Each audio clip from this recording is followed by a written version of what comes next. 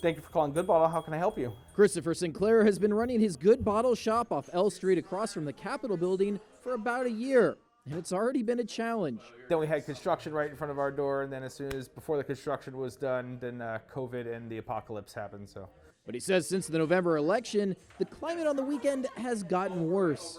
Every Saturday they're out here causing problems, fighting, driving around, making a lot of traffic, and nobody wants to come downtown. Sinclair says both sides are doing all they can to physically fight one another in the streets, and that's scaring off his customers. It's not a good look, and we know that people will actively avoid us on the weekends, and they've told us as much. Next door, Heather Wong owns All Spicery, and she agrees the weekends have been tough. And a lot of people are trying to get downtown, trying to pick up their holiday orders, and some of them are just going straight home because they can't get downtown, they can't find parking. So it's been a very loud and kind of chaotic scene every Saturday. And not only have these protests and counter-protests been hurting the small businesses surrounding the Capitol, but now the Sacramento Police Department says that they're straining resources for them and burning taxpayer dollars. Basically required us to have our officers, which we typically have about 150 plus officers that now have to work down there, to basically stand in the middle of them. Sacramento Police Chief Daniel Hahn says the melee in the streets goes far beyond protected First Amendment speech.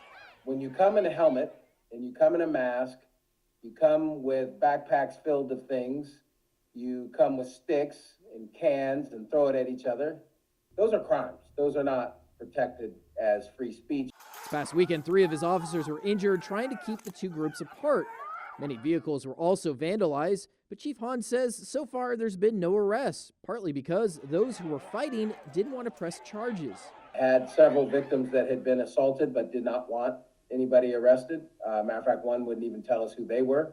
Hahn believes the message from both sides is completely lost in the violence. If all you want to do is assault each other, there's paintball places and other locations that you can go and assault away. You don't need to do that in our downtown.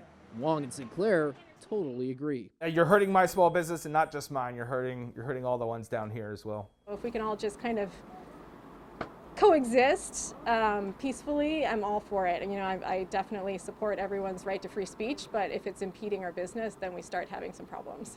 In Sacramento, Doug Johnson, Fox 40 News.